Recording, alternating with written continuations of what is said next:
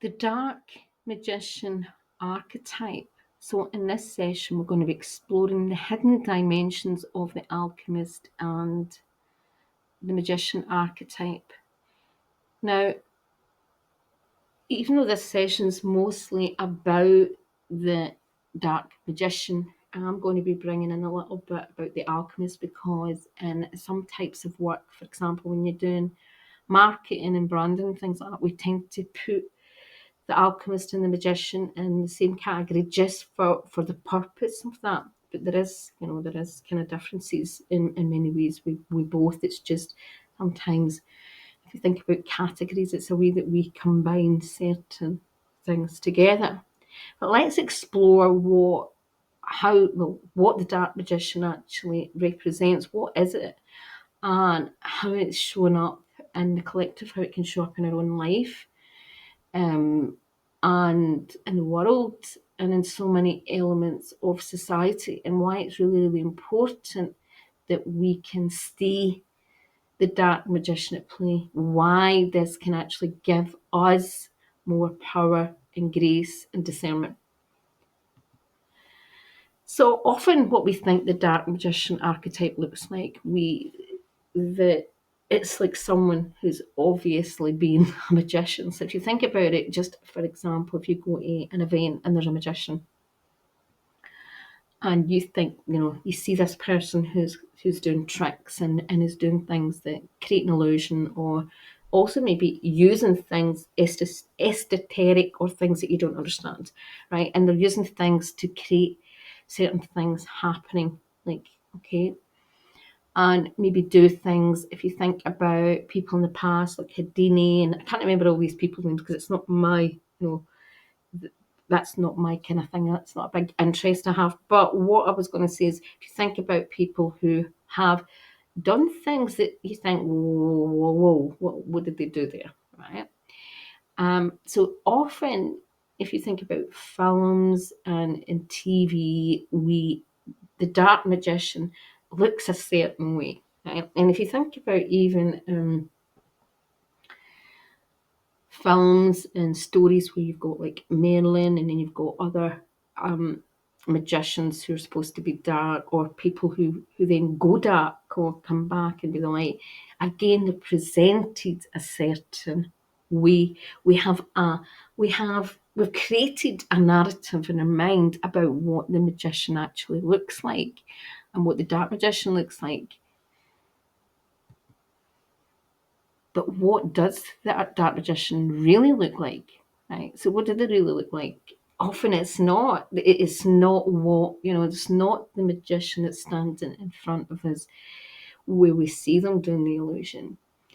The Dark Magician, what they really look like is they are actually, often the Dark Magician is hiding behind the scenes and is the puppet master, is the manipulator, is the people who are, or it's like a collective energy. It can be a person, it can be an organization, it can be a certain energy, it can be systems.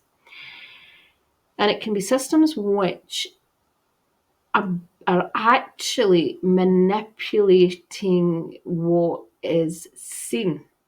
So basically what happens in this section, if we think about organizations and think about the banking system, for example, what goes on in the banking system is not always what people perceive, because people, for example, I've never really thought about it, they don't really look in. People are kind of lazy. A lot of things we take things and just run with it, or we just go by things that we've been used to and not question things. But for example, a long, long time ago, when you put your money in your bank, you would perceive that most of that money that you put in the bank was actually there and that the bank had it. But through the years, that's got less and less, where really, if most people went to the bank that day, they wouldn't even maybe, a very, very tiny percent of their money they would be able to get, because the banks are actually manipulating the money. They take the money, and there's a lot of manipulation goes on behind there. And we're seeing this where people didn't believe this, but more and more people can't even go and take their own money out of their bank and They're being asked what the money's for, and this sense of control, and it's a form of manipulation, and it's a form of where the dark magician is creating illusion and deceit, but doing it in a very tricky way, right? In a way that it's not obvious. It's a way it's not transparent. So they manipulate things that everyone can't always see the bigger picture. And we see this also in war, where, and we can see this throughout history, where maybe the people were presented with certain facts or certain news or certain information that would make them believe something that wasn't actually, 100% truth. There may have been some mixture of truth in it, and this is where the key is.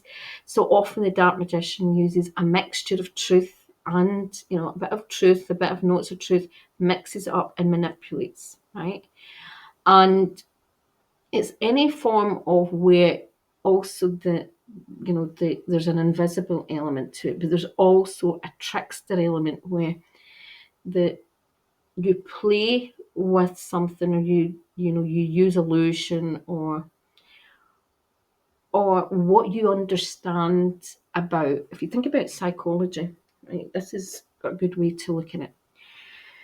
When you understand how people think, and where people's weaknesses and their vulnerabilities, their limits, and what they want to try. And think about the alchemist.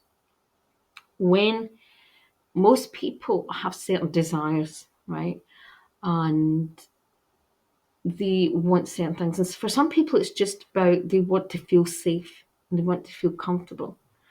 And when people want to feel safe and comfortable at all cost, they're willing. They're psychologically, they're willing. There's almost this unconscious willingness not to look at certain things, just for that safety and that feeling of comfort. So they will put up with a lot of things, and they'll be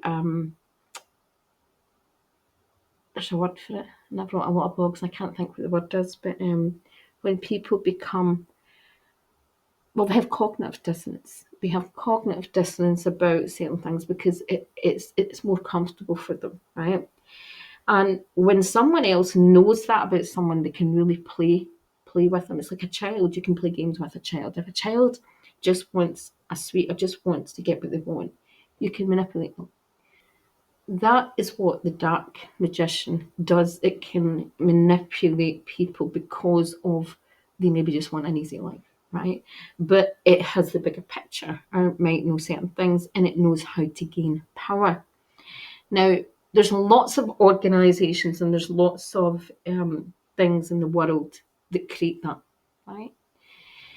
And the moment we're in a really pivotal part of the collective where people are beginning to see that the dark magician, or the people that are the dark, or the people that, and it's not, and I wouldn't say that everybody's just dark. I think that's a very naive way of looking at life, and can also be then that a way for us to move away from and not look at our own shadow.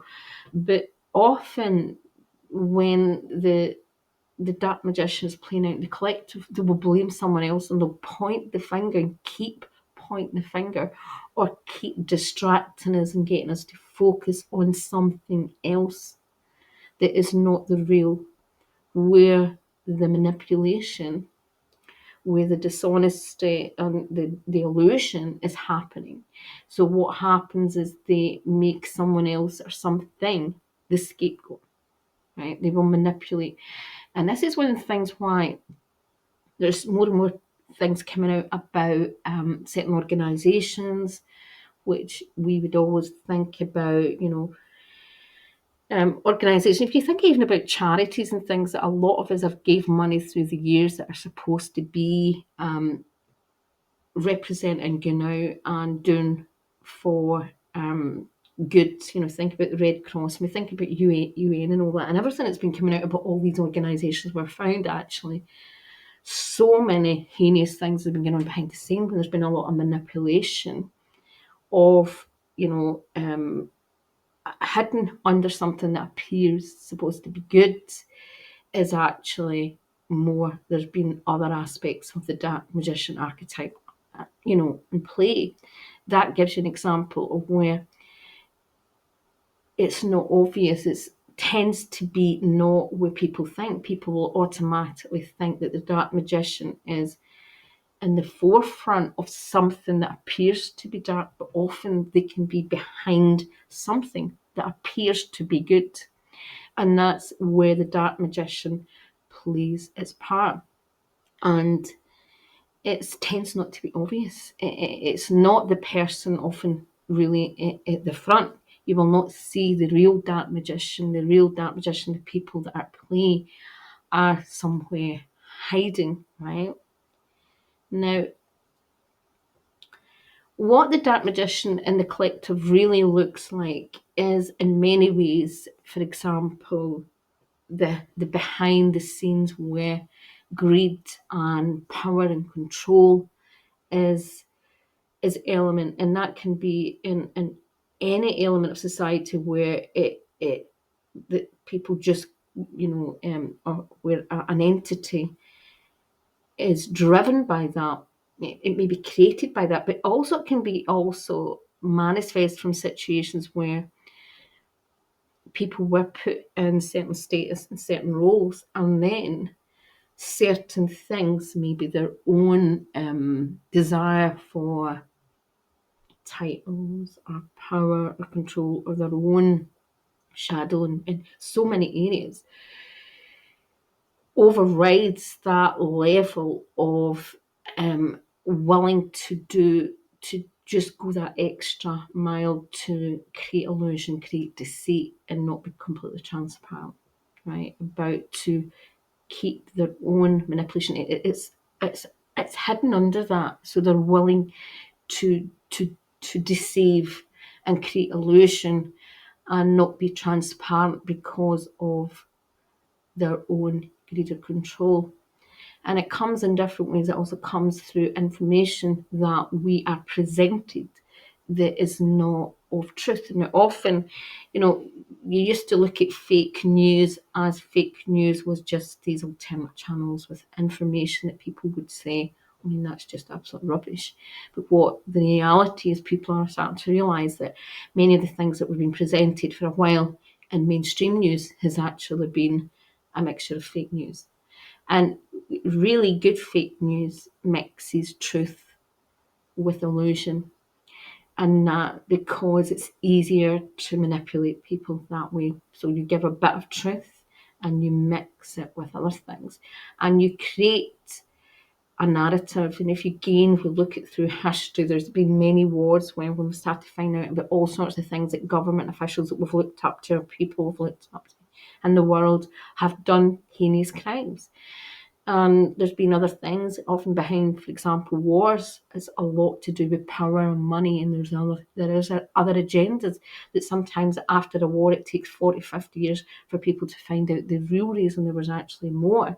That they will point the finger and always maybe make someone the scapegoat. Now that doesn't mean, of course, some people can be not great figures can be part of that dark element.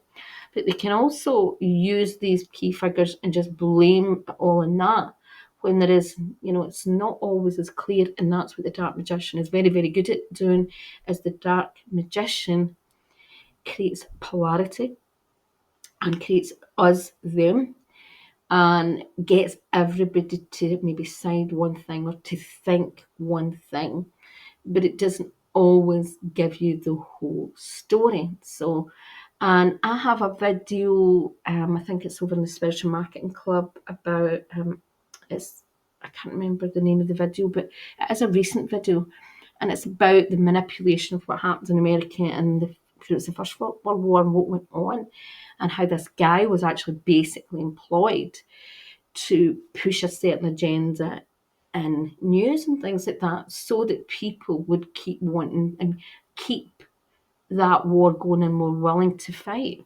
and a form of manipulation. Now the Dark Magician also look, what else, what else, how is this look, how does this look? Well, in many ways what I've talked about is this mask is appearing to be something that you're not really, or something. So again, the charities and organisations that are getting more and more exposed, and there's a lot of things that I've followed for quite a lot of journalists have been talking and alternate using. The evidence was absolutely mind-blowing, and it's been surprising a lot of it's still not reached mainstream. And I'm saying I'm surprised, probably in many ways I'm not, but that's definitely on its way for different reasons. There's going to be court cases about this, which I think people will be horrified about. But one of the things is that, masks, and illusions are not just, at an individual level, it's the collective level, and it's organisations and bigger things that represent, sometimes appear to be something they're not. And the easiest way to think about it is, if you think about, if you're an actor or an actress, you have to take on a certain persona. Now, when I was younger, I remember doing a course, and it was an acting course. And I also had a friend who actually went to one, I can't remember the name of it, but a really famous act. He became he's a singer, a dancer, and he does these shows, musicals, and he's been the understudy for quite a lot of famous people.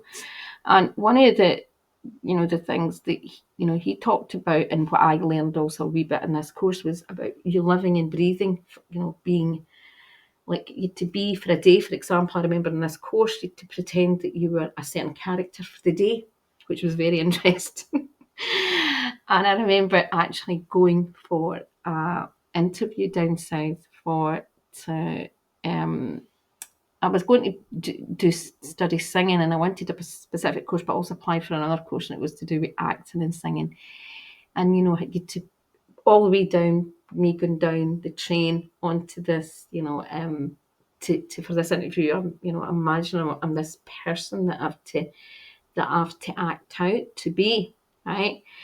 And the reality is that we all have masks. We've all learned masks, and we've all over-identify with certain archetypes and certain archetypal traits. But also, if you look at from a marketing perspective, and I talk about this a lot over in the Spiritual Marketing Club, is that one of the biggest illusions in the modern world has been marketing and advertising. And marketing and advertising uses the magician archetype all the time to manipulate people into believing their brand or their company has got certain core values which might not match up. And one really good example, I'm going to watch what I'm saying here, but if you look at the brand of the Johnson & Johnson brand, who for many, many years made out that their products were really, it's all about nurturing and safe for the family, and their whole marketing was all about presenting themselves as their products really, really cared about the consumers. When in reality, if you look at all the court cases that went through, the heinous things that the products did, the damage it did to people, but also what they've done. And I also know through a course that I did, a woman, it's quite high up in international baby massage. I'm trying to think, is it the international? I can't remember again on my brain today. But it's one of the main massage, is it IMFA Association? Oh God, I'm away with the fairies today. Anyway, so one of the things that I saw was when I was doing my baby massage training, was the woman told me, a woman who was quite high up in that organisation told us about her dealings with Johnson & Johnson and how they tried to influence of them to remove a certain product and change it for something. It was only going to cost about a cent more. But the CEO was not interested. It was all just about money, didn't care how harmful It was. And this is an example of how companies, organisations and charities who are supposed to be out there doing good, that actually the dark magician can be a manipulation of, making out that there's something that they're not as wholesome. And sometimes, yeah, of course, they can be infiltrated, there can be other things, but also there's more and more coming out. And, a lot of people, there's been a lot of reports about this for 20, 30 years, about big organisations who'd see this in big charities, where so much has went on, but they're still being allowed to continue. They're still being allowed to, keep going, and, supposed to be solved, but issues weren't solved, issues weren't addressed because they were being used sometimes for money laundering and some other things. So the dark magician does not just show up in as individual when we put a mask on and we pretend we're something we're not, or we don't face our own shadow. And one of the other things is, when you think about if someone's very polarised in their thinking, that they either think someone's good or bad, or they're a good such and such, or they're good bad. This is where people are not facing their own shadow, because we're all, mixtures of light and shade, and life is maybe not always the more that we see through things, because sometimes it's to do with their awareness. And one of the things that you often see was when someone's always pointing the finger at anybody else, or says they're all bad or they're all good and I'm light and they're bad. We see this even in the light worker community, where people who very, it's us and them, and like almost we're special and people are not. And that's again, in some ways, the dark magician at play, because you're trying to present yourself a certain way, but you're not always, being presenting authenticity, transparency, and truth. So what the dark magician teaches is about our own illusions. So the dark magician is a really good lesson for us all, that we sometimes only see what we're presented or what we can see at that point. That at a human level, we're all very limited in our perception in some way, that we can't always see the bigger picture. We think that we have the facts, and we don't always have the facts. We're only often going by the facts that we're presented, or the facts we see through the lens that we're looking at. And for example, from an archetypal perspective, every archetype looks at life differently and sees life differently and sees situations differently. Just like if you're in a family, you could all experience a particular situation completely differently, because you're looking at that situation from your own feelings at that point, and from the angle that you're looking at it, and and how you play in that, and your own perception of the world, right? So the dark magician teaches that we all can all have our own illusions. We can all have our own reality and our own thoughts and things, and that does not mean it's truth. And we can think something's true, and it doesn't mean it is true. It helps us remember that we are, even though I believe we're all more magical and more powerful, which I'll go into in a wee minute, we still have, in the human lens, we have our own distortions, and sometimes we can't see what's back. We're too busy looking outward and want to point the finger, and that we can be easily deceived, and that things are, like from an archetypal perspective, most of us will get triggered by certain other types of archetypes, because maybe, for example, you might really struggle with someone that's more a leader, or what you think is a bully type, because you felt bullied in your life and you felt you couldn't stand up to the bullies. And you might class a certain type of persona or person as a bully and only see them as a bully, but you don't see all their other qualities and you don't see the whole picture. Just like you might see someone as if they're more like an angel, or they're a poor victim, or they, oh, look at that poor soul, or they're such a good person, but you're not seeing the whole picture, right? Because it feels more comfortable one person from another, but that does not mean they have any. One person has any more light or dark. What someone is presenting or what we see does not represent the full picture. Okay. Now, what the Dark Magician teaches us about our hidden shadows is that we all have the illusionary part and the Dark Magician, that we all can actually be puppets to ourselves in relation to manipulate ourselves in ways that sometimes we're not conscious of. So the unconscious can manipulate us to different degrees. And not seeing our own light and not seeing truth, and staying in the dark, right? But the Dark Magician teaches us about our hidden shadows, that we all have light and dark. We all have the ability to put on the mask and be things and over-identify with certain archetypes because it makes us feel comfortable, and not look at the areas in their life where we are blocked, where we are not facing, we're too busy pointing outside and blaming the collective, blaming that person or that individual. We're not taking self-responsibility for where we are in our life, and we can all do it. And even, of course, we have to wake up to the Dark Magician outside. It's like, I'll give you an example. There were so many things that went on in the last 4 or 5 years. And I remember having a conversation with one of my sisters. And I kept saying, when are people going to wake up? And she says to me, I don't think people are going to wake up or start reacting or start doing anything about things until it hits their pocket, their money.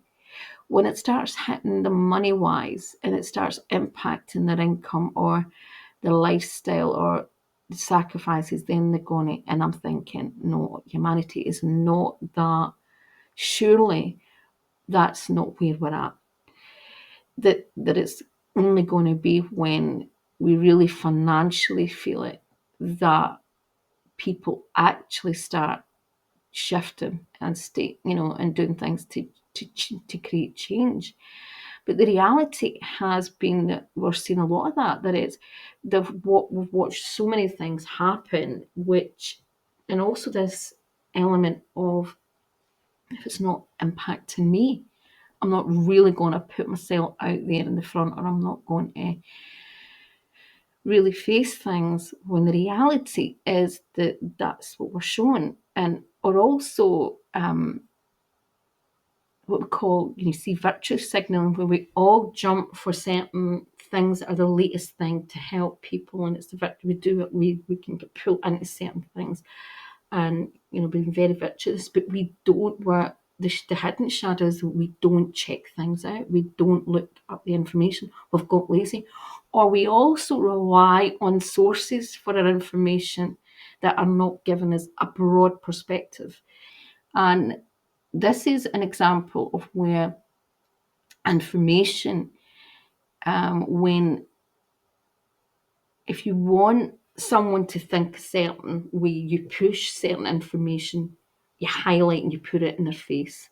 And then if you don't want them to know certain things, you push that down and you suppress it. And it's the same as we all kind of that.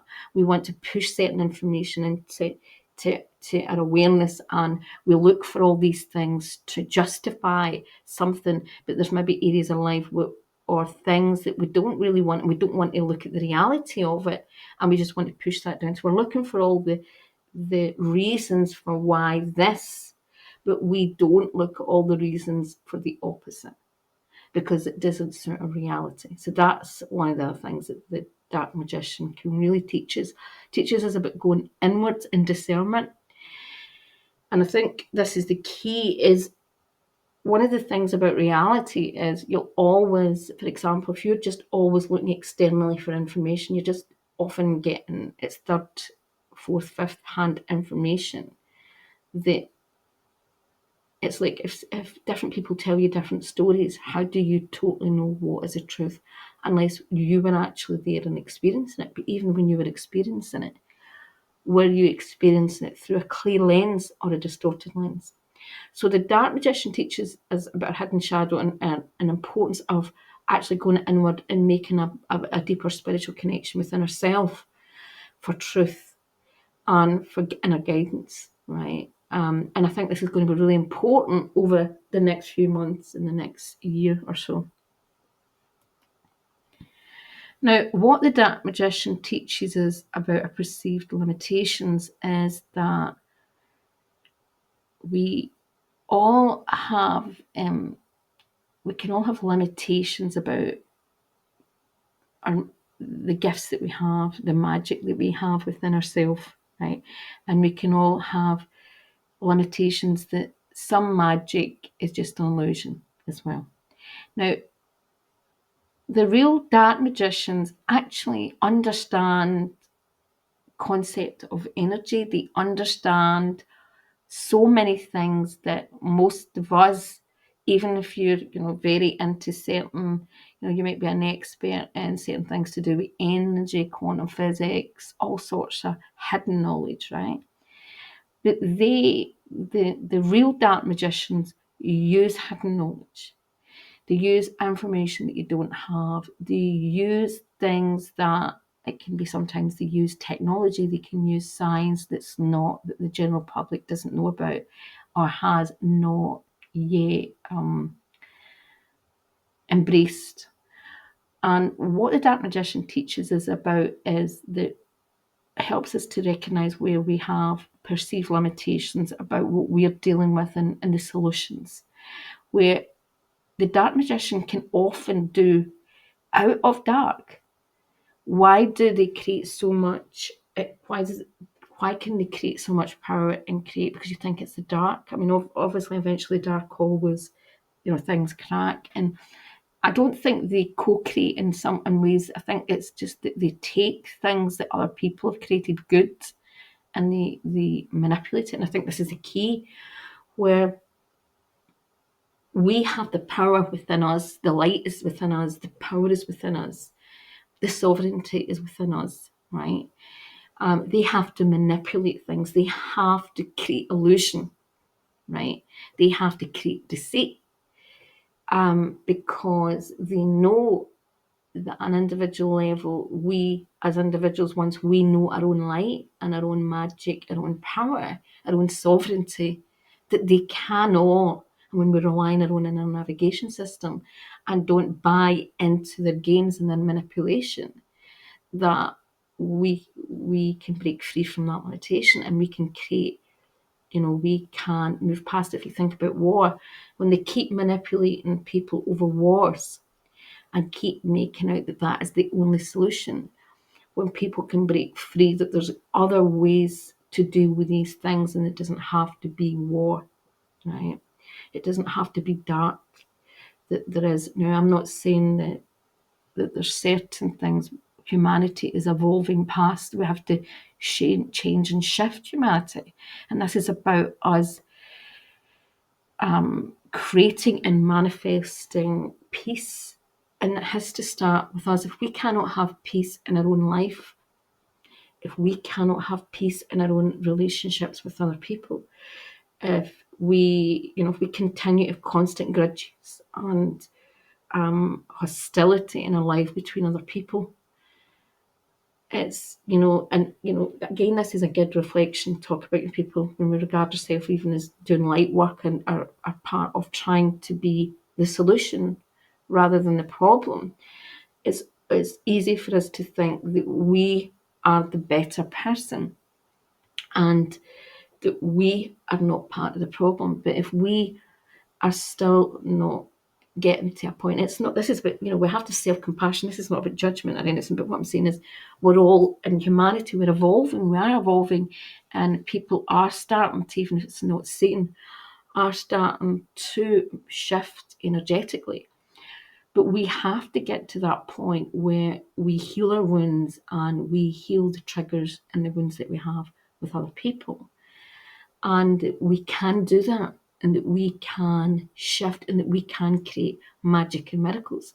And it doesn't have to be based on illusion. It doesn't have to be based on deceit. It doesn't have to be based on manipulating others for your needs to be met. It doesn't have to be that you do things that are unfair, or that you have to do things for survival, right? It's about you looking at areas of your life where we maybe you're not being 100% honest, or where do I need to expand my mindset? Or where do I need to expand possibilities so that I can see beyond the present, so that I can help create bigger shifts in my own life and the collective. And the Dark Magician teaches us that there is, if people can do this amount of manipulation and do a lot of things and gain a lot of power through manipulation, you can do the same with good. You can do the same, because what they're doing is just taking certain things and just creating a certain narrative. But the light has a higher vibration. And I always think, when you think about con men, you get these people that try and phone you up or try and do these crazy emails to con you out of money. And I always think, what a waste, because this is someone that maybe has had a really horrendous life, not maybe always the case, but challenging life, and cannot see how they can turn their own gifts and skills into making a good life for themselves, right? But are resorting to scamming people, right? Because, and stealing and manipulating, because they think that's the only way that they can feel empowered and feel sovereign, when actually, that's an illusion. So the Dark Magician can teach us a lot about that the power is our own sovereignty.